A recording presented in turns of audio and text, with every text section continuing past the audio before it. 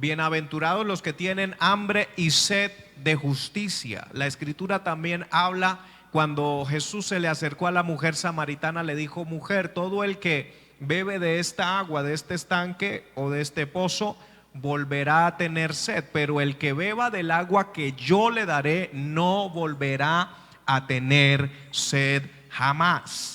Ahora bien, en el ámbito natural, los discípulos del Señor Jesús iban caminando con Él, pero mientras caminaban con Él en un día de reposo, que era el día que ellos se paraban para ir a la sinagoga, para estudiar sobre la palabra, para tener contacto con lo espiritual y con el contexto religioso que ellos practicaban en su época, aún así tuvieron hambre. Yo estoy aquí para decirle a cualquier persona que está acostumbrado a ir a culto quizás desde niño, o que su familia han sido cristianos, no importa el contexto religioso en el que usted se haya movido, no importa si usted toda su vida ha estado yendo a servicios, a cultos, aunque estemos inclusive caminando con el Señor, en el caso de los discípulos, ellos tuvieron hambre. Y yo quiero tener siempre hambre, aunque ya conozca al Señor, aunque esté caminando con Jesucristo.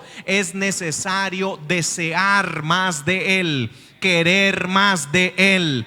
No podemos ser esas personas que decimos: bueno, gloria a Dios, ya me salvé, ya, y como que, ¿y qué más? No, no, no.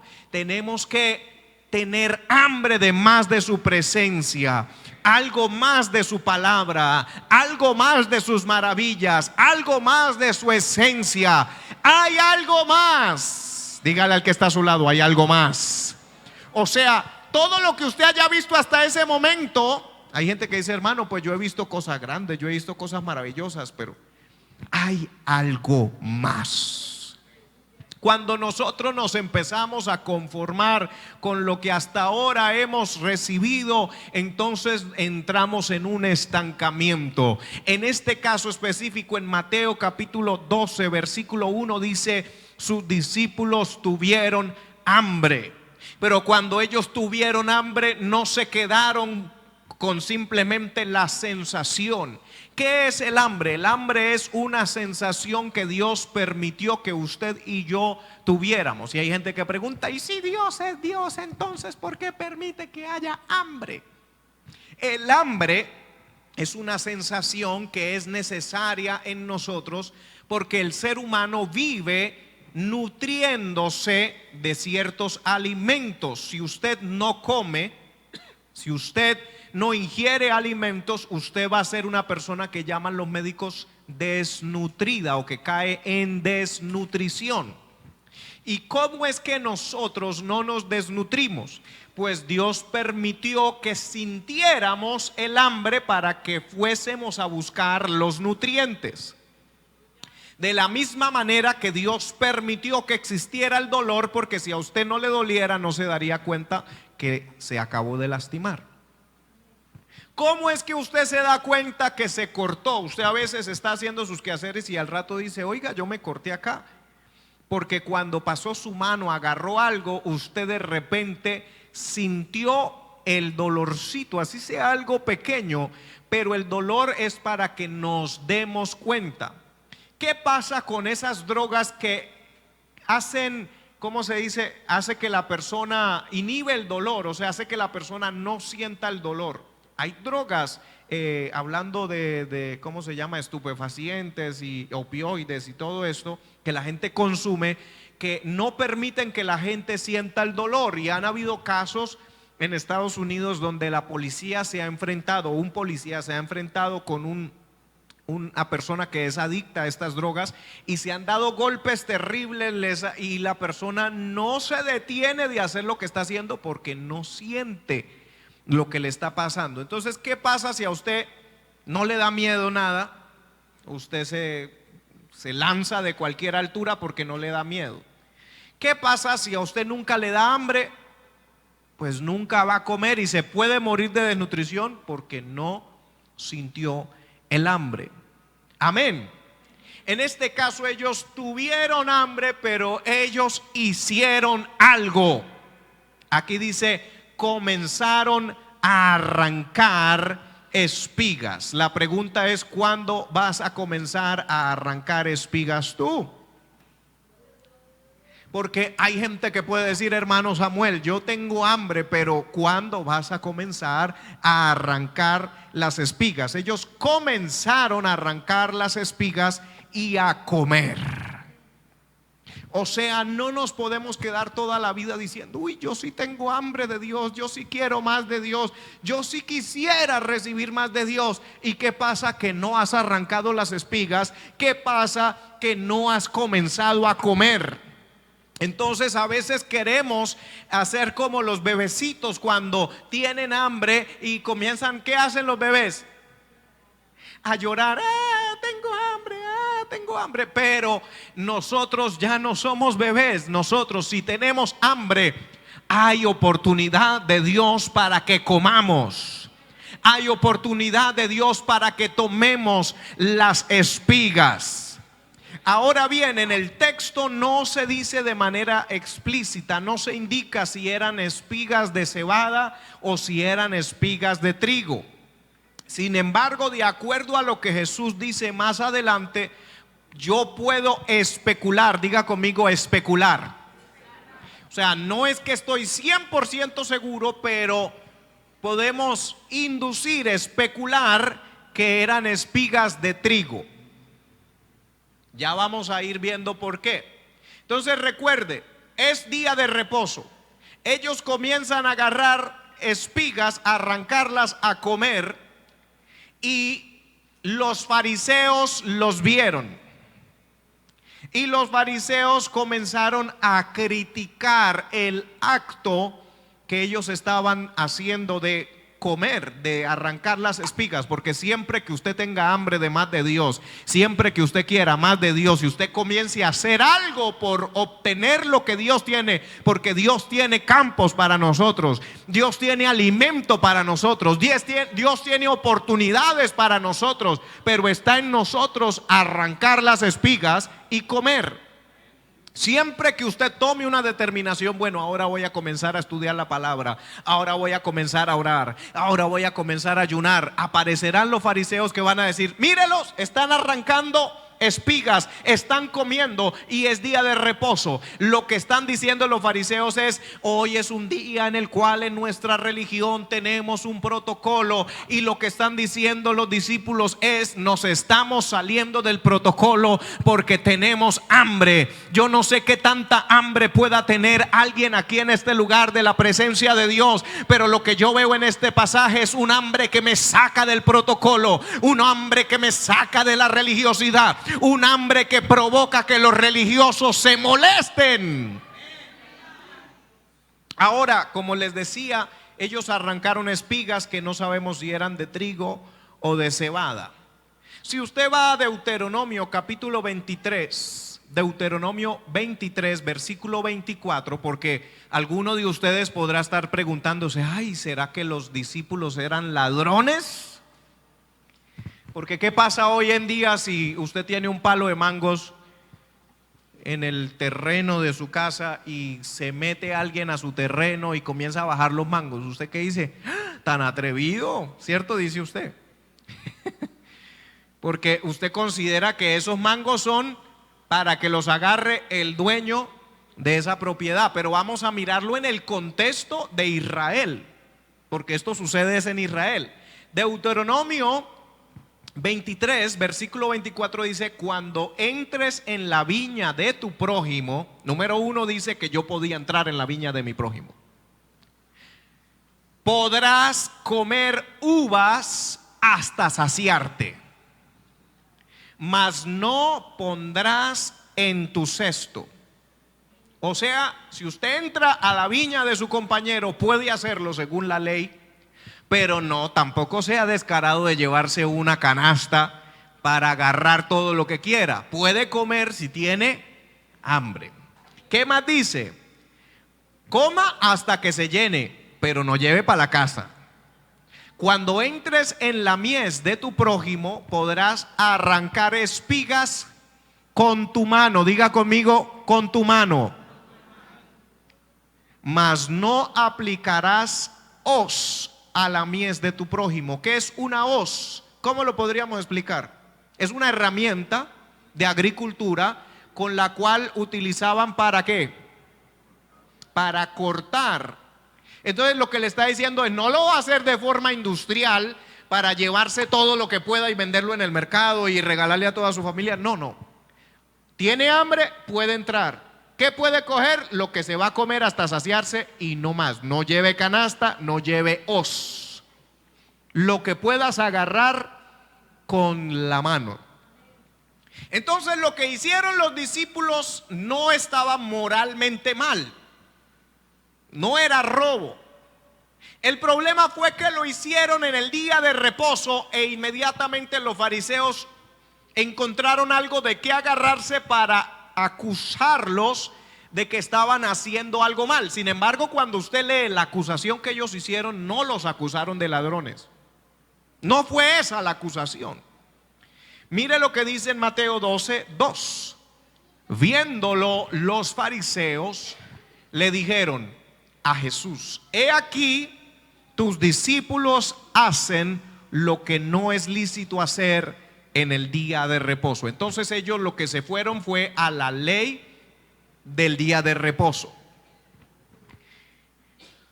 En la escritura encontramos que en el Antiguo Testamento lo que la gente tenía era la ley y los profetas. Los profetas, pues usted ya conoce los libros de los profetas mayores, de los profetas menores.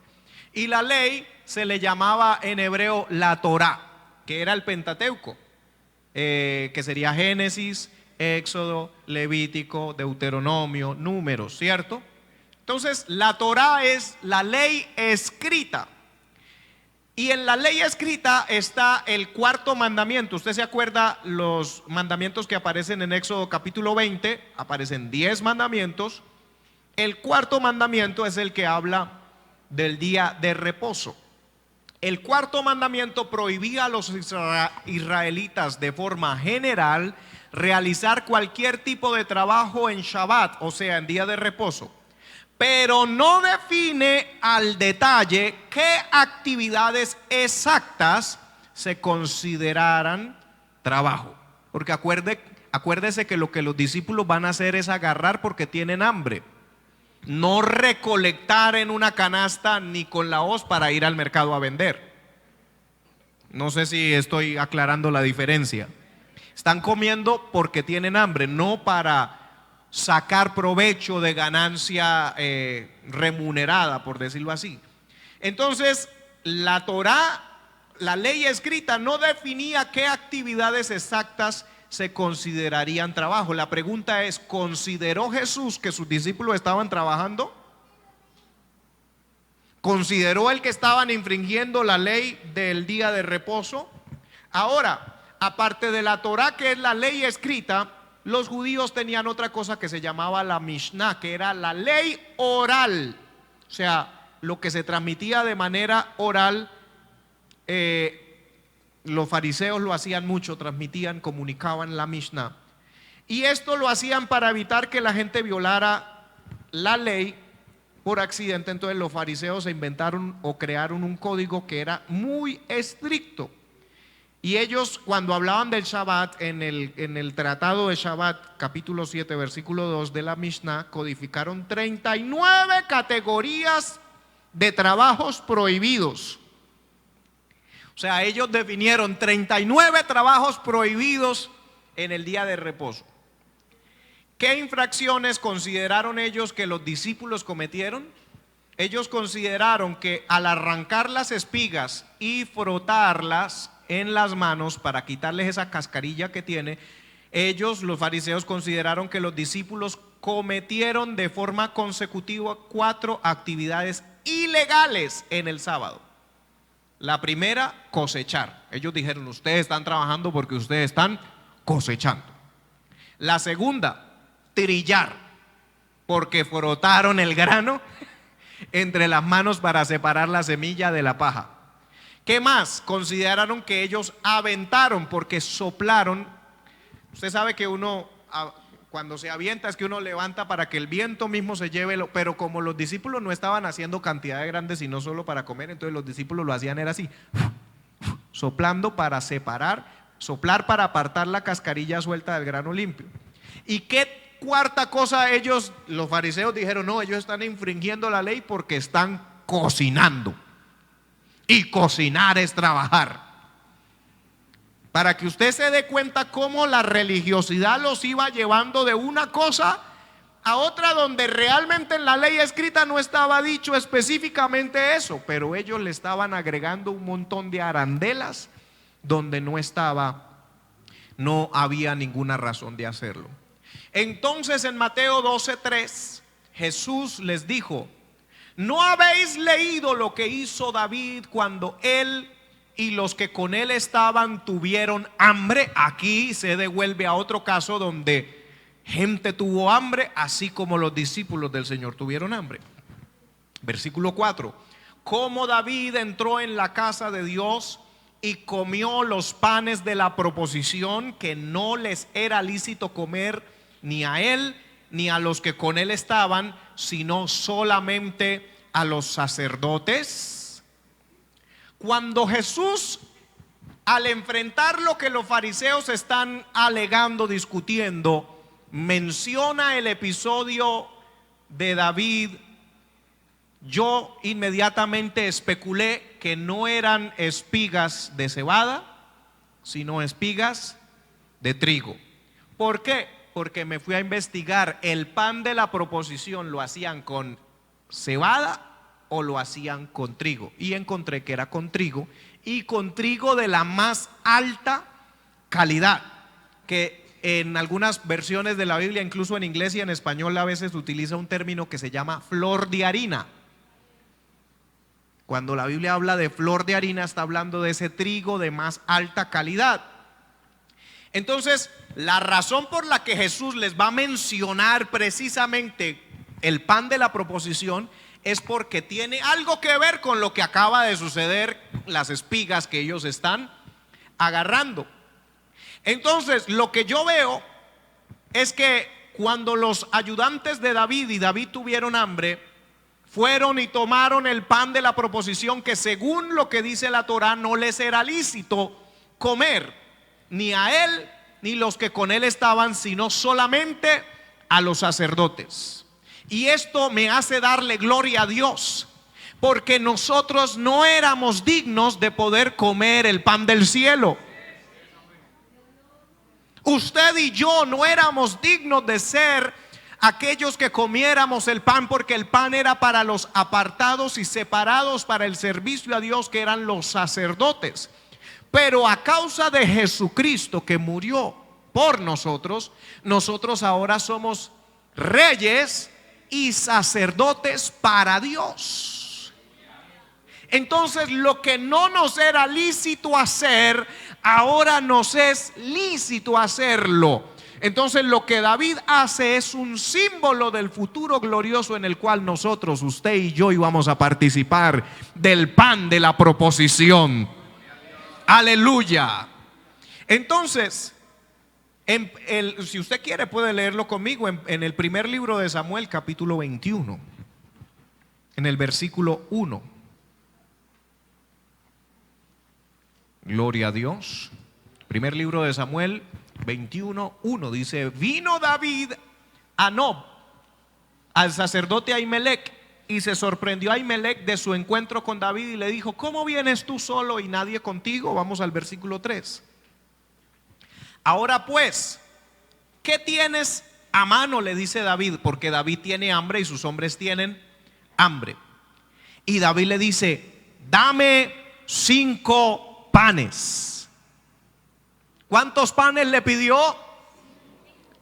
Eso me llamó mucho la atención, porque cuando me fui a mirar, los panes de la proposición siempre eran 12. ¿Cuántos?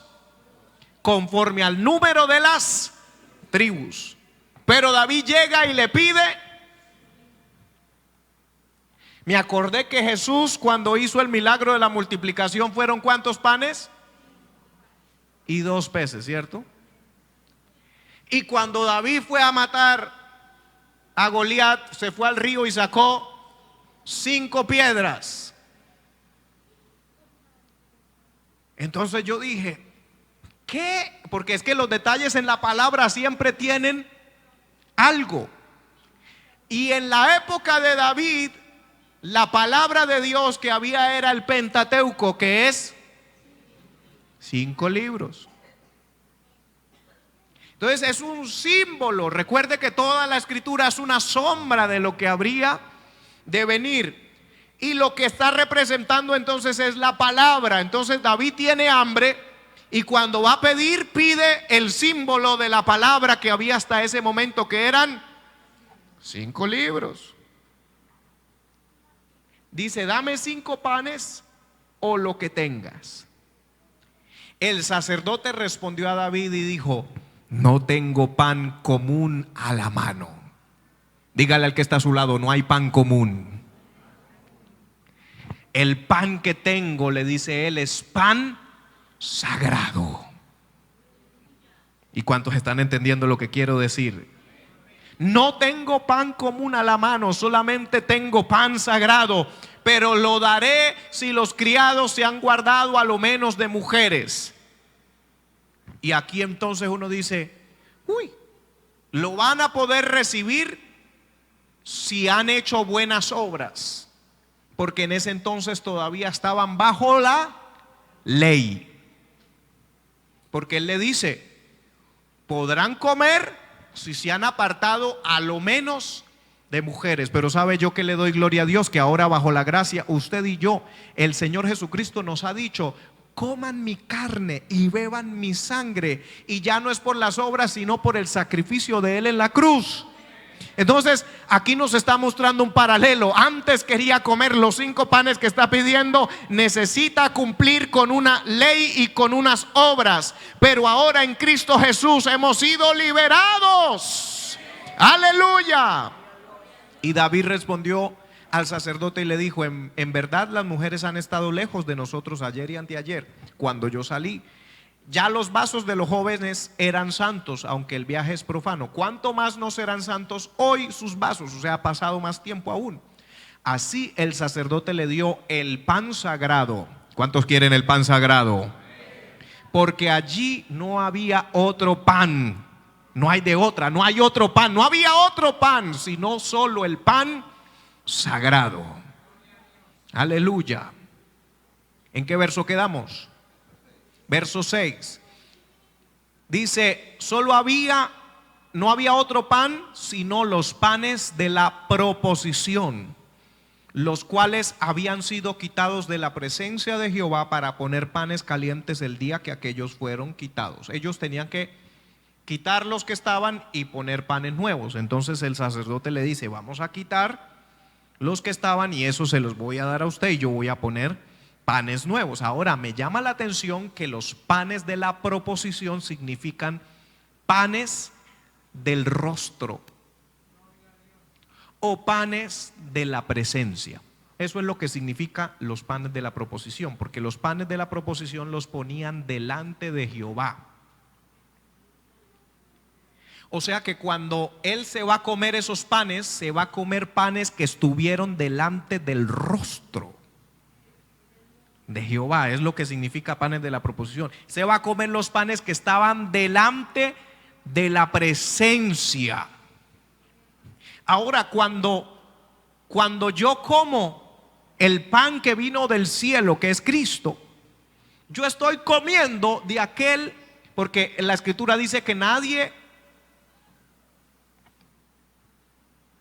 conoció al Padre sino el que descendió del cielo. O sea, Él estuvo delante del rostro y ahora desciende para que nosotros comamos su carne y bebamos su sangre. ¿Cuántos alaban a Dios?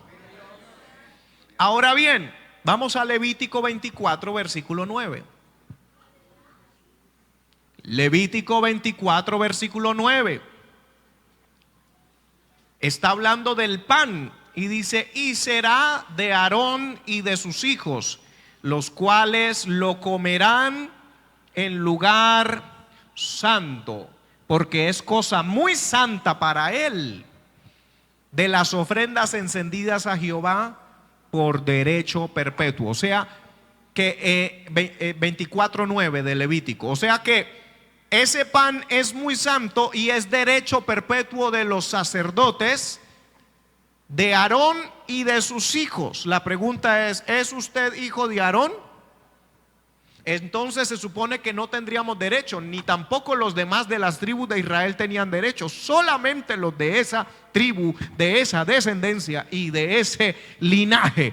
Pero se quita esa exclusividad y se abre la puerta para que todos nosotros ahora tengamos acceso a ese pan.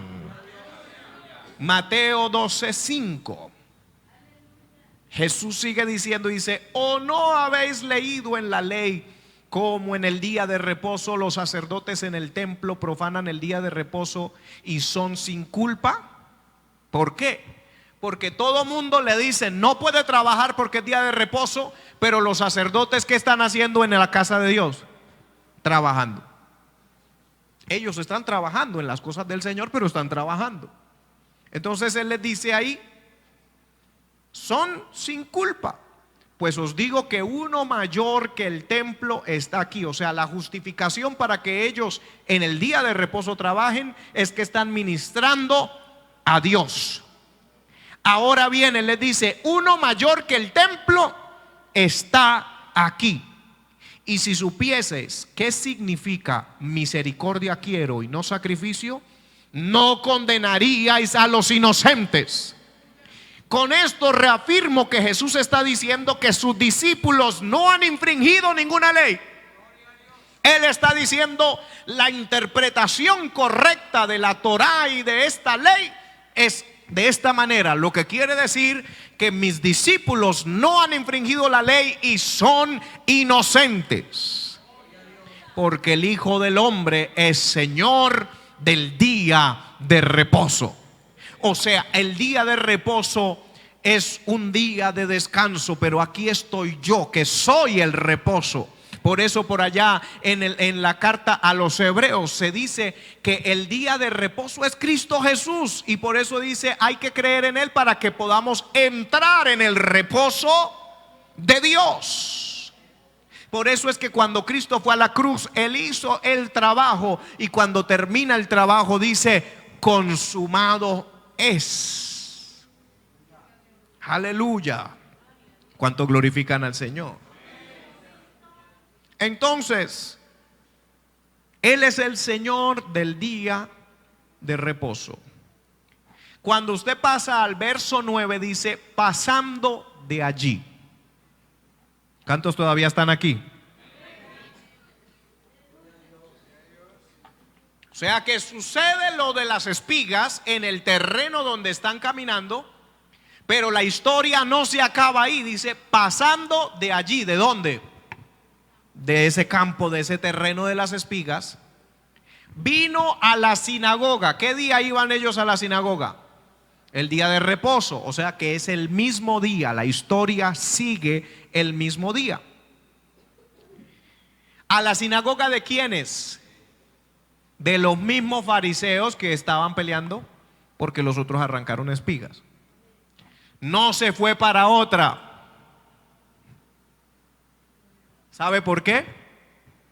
Porque la historia tiene que continuar y se tiene que conectar con lo que acaba de hablar. No se fue para otra sinagoga, se fue para la sinagoga de ellos que acabaron de murmurar. Cuando entra en la sinagoga de ellos, he aquí había allí en la sinagoga de ellos uno que tenía seca una mano. ¿Cuántas manos? Y preguntaron a Jesús para poder acusarle: ¿es lícito sanar en el día de reposo? Él les dijo: ¿qué hombre habrá de vosotros que tenga una oveja y si ésta cayera en un hoyo en un día de reposo, no le echa mano y la levante?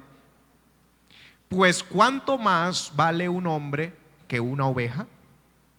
Por consiguiente es lícito hacer el bien en los días de reposo. Entonces dijo a aquel hombre: extiende tu mano. Y el hombre la extendió y le fue restaurada sana como la otra. Y salidos los fariseos tuvieron consejo contra Jesús para destruirle. Lo que yo encuentro aquí es que el hombre tenía una mano sana y una mano seca. Jesús sana una mano para que quede igual a la otra. Cuando la Biblia habla de las manos, está hablando de lo que yo puedo hacer, de mis obras, de mi trabajo, de lo que yo puedo lograr. Lo que me da a entender que él tenía obras y no obras, una forma de actuar y otra forma de actuar, porque una mano la tenía enferma, seca, y otra mano la tenía sana. Así como hay personas que este pie es cristiano y este pie es mundano. Este pie tiene buenas obras y este pie tiene malas obras. Los domingos son evangélicos consagrados y los lunes son endemoniados. No sé si usted me está entendiendo lo que quiero decir. Pero, ¿qué es lo que acabamos de leer en la ley? ¿Cómo era que tenían que agarrar las espigas? Cuando entraran en el terreno de su prójimo, ¿cómo podían agarrar las espigas? ¿Podían agarrarla con hoz? ¿Podían llevar canasta? ¿Con qué la tenían que agarrar? Entonces, después de Jesús enfrentarse a ellos, porque ellos están agarrando espigas con la mano, se va para la sinagoga de ellos, y en la sinagoga de ellos hay un hombre que tiene la mano como. ¡Qué casualidad! Veníamos hablando de manos y de agarrar espigas, y ahora hay un hombre con la mano seca. ¿Qué mensaje les quiere dar el Señor Jesús? Porque siempre que el Señor hace un milagro en un lugar y lo hace precisamente después de una acusación, de un debate, de una trifulca teológica, el Señor lo que está tratando es de manera visible y gráfica demostrarle a la gente en qué condición se encuentran. ¿Y sabe qué está haciendo el Señor? Le está mostrando a esos fariseos que ellos no tienen hambre y que ellos no pueden agarrar las espigas, y que están criticando a los que sí tienen hambre y a los que sí pueden agarrar las espigas, y está usando al enfermo para representar a todos esos fariseos que estaban sometidos a una religión que no los dejaba ver más allá de la tradición. El hombre tenía una mano seca. Este hombre aparece en escena posterior a esa discusión. Cristo precisamente da las referencias del pan de la presencia de Dios o el pan del rostro unos minutos antes o un tiempo antes de la sanidad. Luego sana al hombre posterior a esa discusión para simbolizar que ellos estaban con una mano seca y que no extendían su mano al trigo porque estaban en la sequía de la religión. Y cuando digo que no extendían su mano al trigo, estoy hablando que el trigo era la materia prima con la que se hacía el pan de la proposición. O sea que de alguna manera Él les estaba diciendo: ustedes leen y repiten y eso, pero realmente ustedes no están agarrando el trigo para comer. Glorificado es el nombre del Señor. Los discípulos extendieron sus manos al trigo porque tenían hambre. Pregunto, ¿cuántos tienen hambre? Pero los fariseos no extendían su mano, primero porque la tenían seca y segundo porque no tenían hambre. Ahora me llama la atención que hay un pasaje de la Biblia en el Antiguo Testamento, por allá en Jueces, donde habla de un varón llamado Gedeón. Y Gedeón se iba a enfrentar a los amalecitas. ¿Madianitas? ¿O madianitas? Ok. Se iba a enfrentar a un ejército enemigo y tenía miedo, y el Señor le dice: si tienes miedo, ve y escucha lo que están hablando en el campamento de los enemigos. Entonces él va a ese lugar de noche, así escondidito, cuando están cambiando de guardia, se va con su compañero y van y escuchan que en el cambio de guardia, el que iba a entregar la guardia al otro le dice: oiga, yo tuve un sueño más raro. Yo tuve un sueño donde yo veía un pan de cebada. ¿De qué? De cebada grande, que comenzaba a dar vueltas y vueltas y venía así como decir, como una pelota. El pan daba vueltas, vueltas, vueltas, vueltas, y llegó y había una tienda que era la tienda de nosotros, o sea, que representa al ejército, a la nación de nosotros. Y el pan llegó y ¡pah!, tumbó la tienda. Y el otro que estaba escuchando el sueño le dice: ah, eso no es más que la espada de Gedeón, y eso quiere decir que ellos nos van a vencer y nos van a derrotar. ¿Cuántos recuerdan esa historia? Pero se acuerda que les dije que el pan de la proposición no era pan de cebada, sino que era pan de ¿qué? De trigo. Porque la cebada era para los muy, muy, muy pobres. El trigo era más fino para, digámoslo así, que se consideraba que la cebada lo comían los seres humanos cuando no había para el trigo. De resto le dejaban la cebada ¿a quiénes? A los animales o a los humanos cuando la cosa estaba muy difícil. Entonces, en el pasaje de Jueces vemos que en esa visión y en ese sueño ellos entienden que la victoria contra el enemigo la van a recibir por un pan rodante de cebada que va a golpear la tienda de los enemigos, y ese pan de cebada es Gedeón. Pero yo estoy aquí en esta noche no para predicarles de Gedeón ni para exaltar a Gedeón, sino que he venido a anunciarles a uno que no es el pan de cebada, sino uno que es el pan de la proposición, el pan del rostro, el pan que vino del cielo.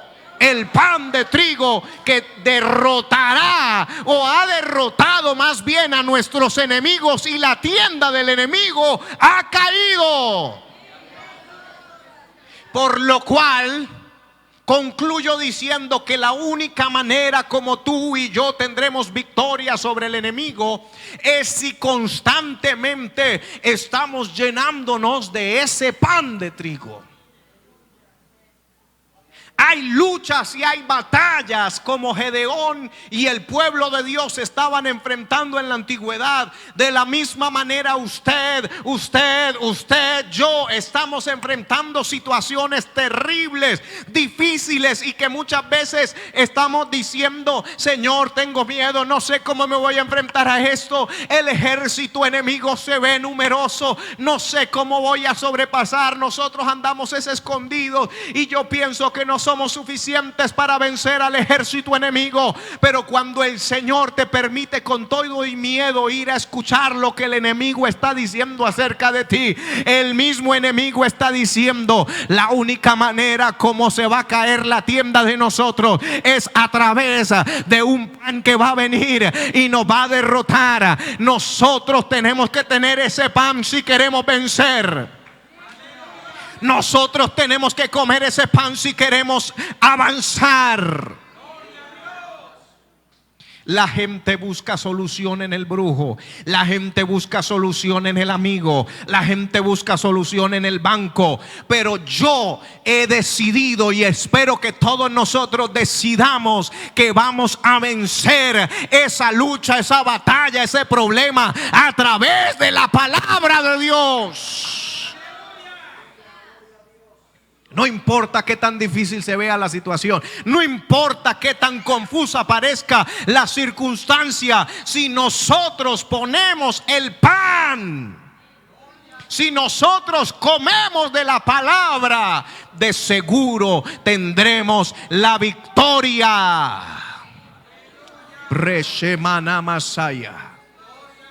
Gloria a Dios, aleluya. Vamos a estar en pie en esta noche. Aleluya. Yo sé que aquí está la presencia del Señor, porque Él lo ha prometido, pero aparte de que está la presencia del Señor, la palabra de Dios se manifiesta a nosotros y nos ha hablado claramente y nos está diciendo: yo quiero que regreses a la palabra, yo quiero que comas del libro, yo quiero que te nutras, yo quiero que te llenes. Brillo mozo cotalamacaya. Y en esta noche voy a orar por personas aquí en este lugar que estén dispuestas